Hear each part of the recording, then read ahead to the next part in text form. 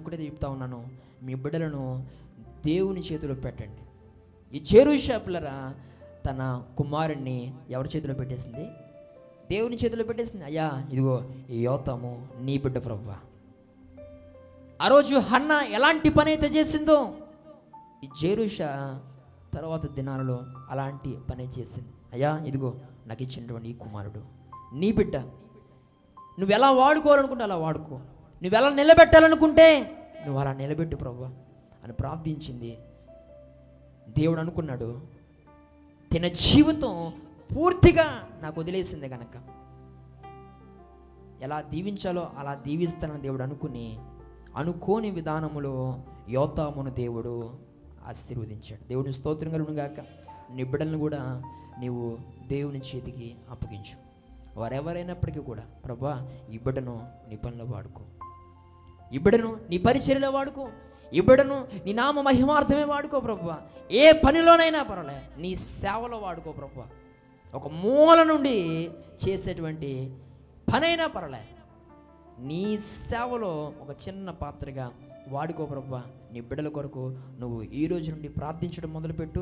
దేవుడు వారిని ఎలా వాడుకోగలడో, వారు ఏ విషయంలో వాడబడగలరో నీకు తెలియకపోవచ్చు, కానీ వారు ఏ స్థితిలో ఇమిడి వారు వాడబడగలరో దేవునికి తెలుసు. దేవుడు వారిని పిల్లరా పనికొచ్చే సాధనాలుగా మారుస్తాడు. దేవుడు వారిని ఆశీర్వాదకరంగా దేవుడు వారిని ఉంచుతాడు. ఈరోజు ఒకవేళ నీ బిడ్డల్ని నువ్వు ఏదేదో చేయించాలని అనుకోవడం తప్పు కాదు, కానీ వారు ఏ దిశగా వెళ్తున్నారనేది ఒకసారి ఆలోచించి.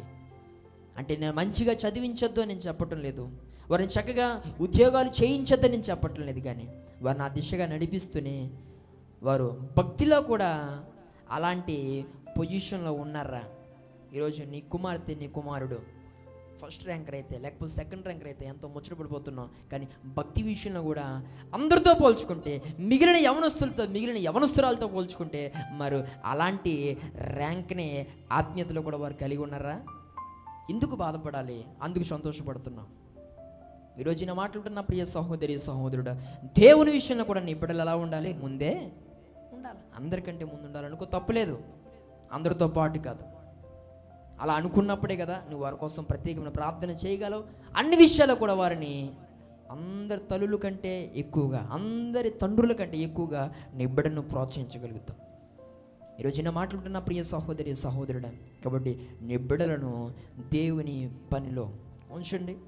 నీ బిడ్డలను దేవుని చేతికి అప్పగించి, ప్రభువా ఆ రోజు జెరూషా యోతామును నీ చేతిలో పెట్టినప్పుడు నువ్వు ఏ రకంగా దీవించావో ఈ బిడ్డను కూడా నువ్వు అదే రీతిగా దీవించు, ఈ బిడ్డను కూడా అదే రీతిగా నువ్వు ఆశీర్వదించు అని ప్రార్థన చేస్తే దేవుడు అట్టి దీవెన నీతో పాటు నీ సంతానము కూడా దేవుడు అనుగ్రహిస్తాడు.